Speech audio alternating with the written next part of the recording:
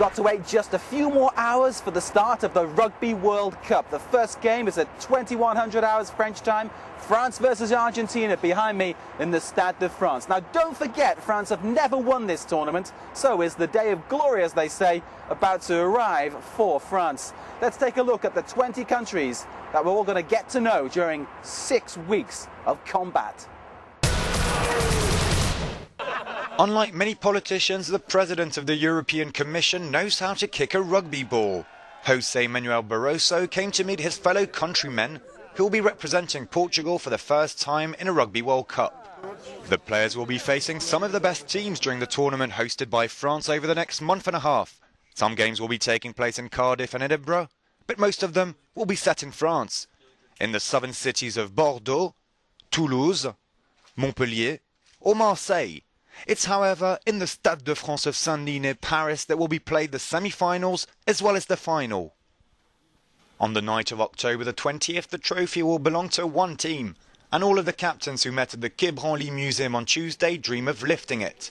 Before the much-awaited opening game, France's Ibanez had a polite discussion with Argentina's Pichot. Springbok John Smith attended the gathering, just like England's Phil Vickery and Wales's Gareth Thomas, who probably left their suits in their hotel room. The atmosphere of this World Cup is already very pleasant. As we rugby people say, it won't be games where the guys play against each other. The guys will be meeting each other, a bit like today. Before entering the tournament, the New Zealand team took a few days off in Corsica. But the All Blacks have not come this far just to enjoy French beaches.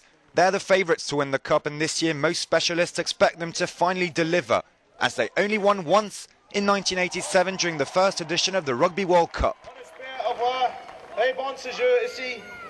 England, the title holder, is only an outsider, says its captain.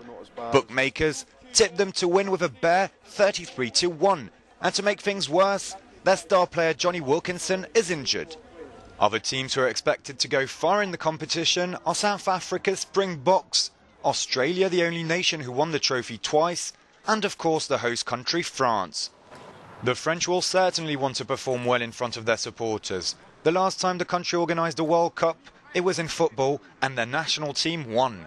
So the pressure is on for their first game against Argentina at the Stade de France. The opposition is set to be tough. Over the last 5 games between the two nations, France lost 4 times. OK, let's talk about the Argentinians now. They're a team that's growing in status in the world of rugby, with players that are more and more highly regarded. It is a sunny winter's day in Buenos Aires. The Argentine squad, the Pumas, are presenting their new shirt to the press. Some will be playing their 3rd World Cup, while the new generation based at European clubs have to prove their talent.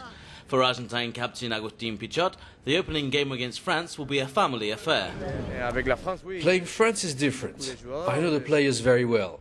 David, Christophe, Rémi, Sylvain, Peter are friends. It will be special. It was playing badly that the Pumas won their last warm-up game on Argentine soil. Their opponents that day, Chile, started the game scoring 2 tries. But after 20 minutes, the game turned into a demonstration of Argentine might. This unbalanced Latin American match took place at the Casi, one of the oldest rugby clubs in Argentina.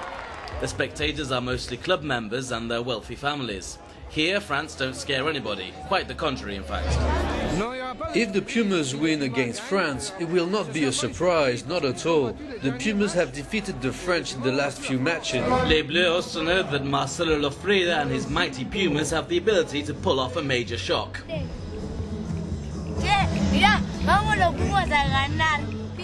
Now that brings us up to date with the situation between these two countries, but if we look at the recent history of their meetings, then it's quickly apparent that it's the South Americans who hold the upper hand. Over the last 5 games, France has often suffered against the Pumas. June 2002, Les Bleus' Southern Hemisphere tour stopped in Argentina. France lost by just a point, 28-27. A year later, another tour in the Southern Hemisphere. For their first test match, France lost 10-6, the Pumas scoring the only try. It was the first of 2 defeats in a week. Les Bleus were close to winning, but a drop kick by Gonzalo Quesada in extra time gave the Pumas the lead. Superb victory, 33-32. In 2004, the French were full of confidence as they faced the Argentinians at the Stade Vélodrome in Marseille. Despite Tony Marsh's display of French flair, Les Bleus lost 14-24. The look on Christophe Dominici's face says a lot on the last opposition between the two teams. Many blunders, but Les Bleus still managed to win 27-26, ending the series of 4 defeats in a row. Tonight's World Cup opening game is vital for Les Bleus, who need to start the tournament in the best possible way, meaning a victory. It's September the 7th. In just a few hours' time, it'll be the first match of the Rugby World Cup. France versus Argentina. The big question, who's going to win? And even bigger answers in store on the pitch behind me here at the Stade de France.